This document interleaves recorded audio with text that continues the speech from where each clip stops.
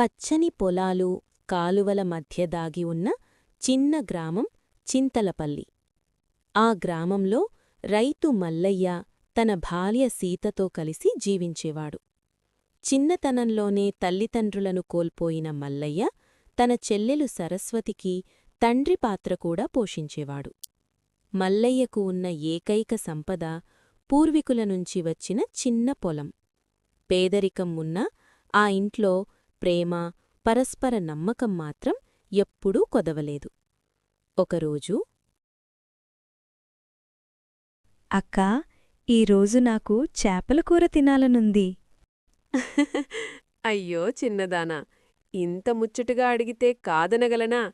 నీ అన్న పొలంలో ఉన్నాడు. చెరువు దగ్గర్నుంచి చేపలు తెప్పిస్తాను. సీత పొలం దగ్గరకు వెళ్ళి మల్లయ్యతో చెప్పింది.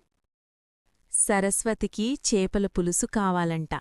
కాస్త చెరువువైపు వెళ్ళి తెస్తావా?